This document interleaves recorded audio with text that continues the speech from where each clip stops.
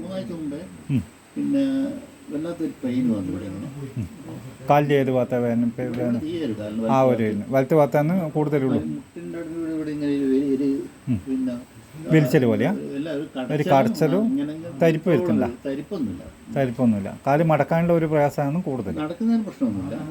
അല്ല, നിസ്കരിക്കാൻ ഇരിക്കുമ്പോൾ കാല് മടക്കിയിട്ട് വെക്കാണ്ടാണ് പ്രയാസം കൂടുതൽ.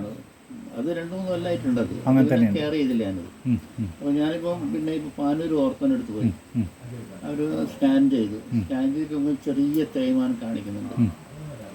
നല്ല കൂടുതലായിട്ടുള്ള തേയ്മാനമില്ല, കൂടുതലായിട്ടില്ല, ചെറിയൊരു തേയ്മാനം. അത് നേരത്തെ അത് ശ്രദ്ധിച്ചെങ്കിൽ നിങ്ങൾക്കത് പിന്നെ ഇത് എക്സസൈസ് എടുത്തു കഴിഞ്ഞാൽ ഓക്കെ ആയിരുന്നു.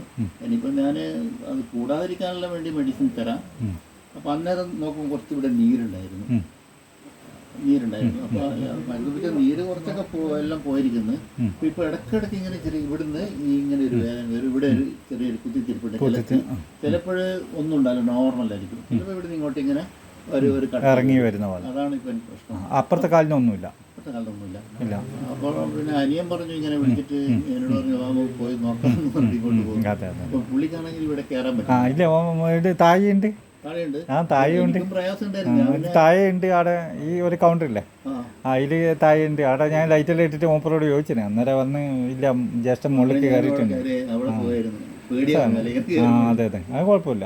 ഇപ്പോൾ ഒന്ന് നിങ്ങൾ നടന്ന് നടക്കുന്നേരെ പ്രയാസമാണ്. ഒരു ഭാഗത്താണെന്നല്ലേ നടത്താം, മൊത്തം ഒരു ഭാഗത്തുണ്ട്. എനിക്കറിയാനില്ല. ഈ വലത്ത് പോകാൻ പോന്നിട്ടും ഇടത്ത് പോകാൻ താണിട്ടുള്ളത്. നിങ്ങളൊന്ന് വീണ്ടും അങ്ങനെ തിരിച്ചിട്ട് അതിലേ അങ്ങനെ പോട്ടെ. ഇതിൽ തന്നെ നിങ്ങളെന്തെങ്കിലും ജോലി ചെയ്യുന്നേ? ചെയ്ത് ആ, ഇങ്ങനെ ആക്കുമ്പോൾ എവിടെയെങ്കിലും വേദന അറിയുന്നുണ്ടോ ഇങ്ങനെ നടക്കുമ്പോൾ? സഹിക്കാൻ പറ്റുന്ന വേദനയേ ഉള്ളൂ, കൂടുതലായിട്ടില്ല. കാലിങ്ങനെ മുട്ട് മടക്കി നോക്കാം, എത്ര മടക്കാൻ പറ്റുന്നുണ്ട്? ഓക്കെ.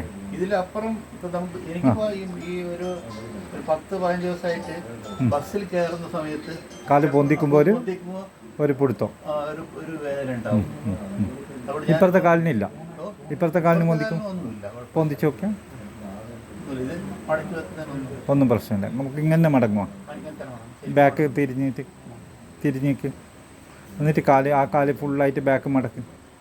നിങ്ങൾ പിടിച്ചോ, കാല് പിടിച്ചോ, അതന്നെ. ഓക്കെ. ഇനി മറ്റേത് എത്തുന്നേയില്ല അല്ലേ? എത്തുന്നേയില്ലല്ലോ കാല്.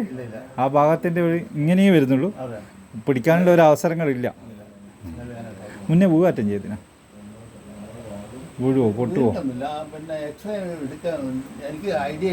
അതെ അതെ.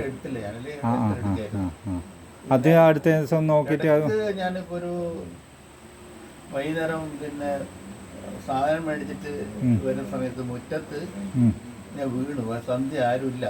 അപ്പൊ ഞാൻ ശരിക്കും പറഞ്ഞു ഞാനിങ്ങനെ കൈ കുത്തിയിട്ടാണ് വീഴുന്നത്. മുട്ടിച്ചെന്ന് തട്ടിയോന്ന് എനിക്ക് സംശയമുണ്ട്. ഇപ്പോ അന്ന് അതിപ്പോ ഏകദേശം ഒരു വർഷമായി പോയി.